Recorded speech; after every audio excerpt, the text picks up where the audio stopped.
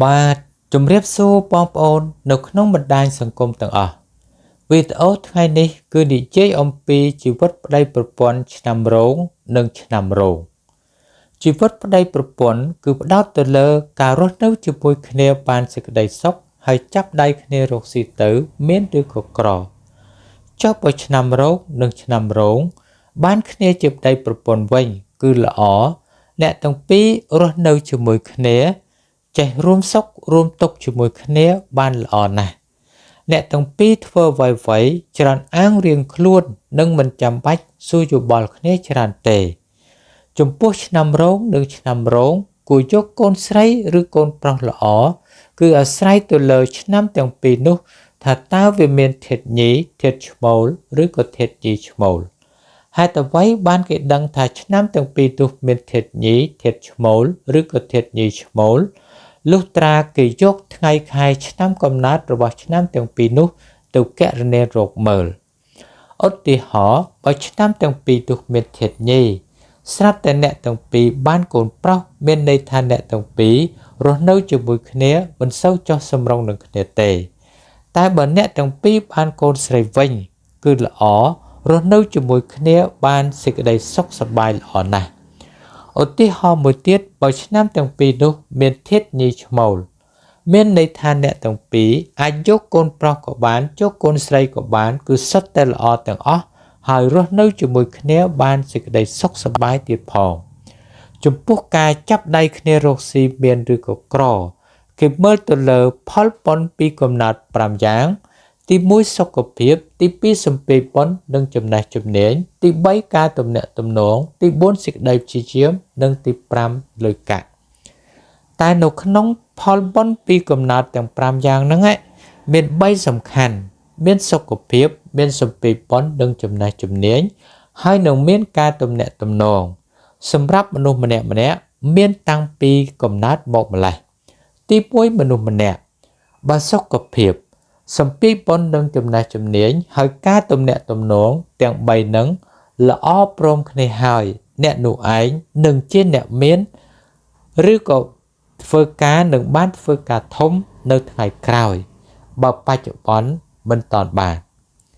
ទី2មនុស្សម្នាក់បើសុខភាពបើសំពីបុណ្យនិងចំណេះជំនាញហើយការទំនាក់ទំនងទាំង3នឹងមាន2ល្អហើយ1មិនសូវល្អអ្នកនោះឯងធ្វើការក្តីរកស៊ីក្តីគឺបានមធ្យមកម្រិតខ្ពស់ទី3មនុស្សម្នាក់បើសុខភាពបើសំពីបុណ្យនិងចំណេះជំនាញហើយការទំនាក់ទំនងទាំង3ហ្នឹងមាន1ល្អនិង2មិនសូវល្អអ្នកនោះឯងធ្វើការក្តីរកស៊ីក្តីគឺបានមធ្យមកម្រិតទាបខ្ញុំសូមលើកឧទាហរណ៍មួយ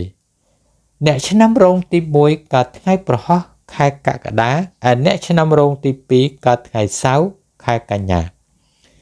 តាមជើងលេខថ្ងៃខែឆ្នាំកំណើតរបស់ឆ្នាំទាំងពីរនោះគេឃើញថា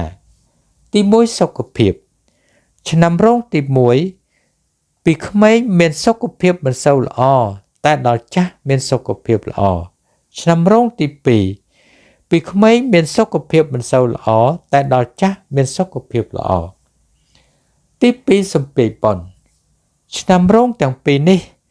បើរៀនបានច្រើនបើជាអ្នកធ្វើការនឹងបានធ្វើការធំបើជាអ្នករកស៊ីនឹងមានមុខរបរធំដុំនៅថ្ងៃក្រោយបើបច្ចុប្បន្នមិនតាន់មានទី3ការទំនាក់ទំនង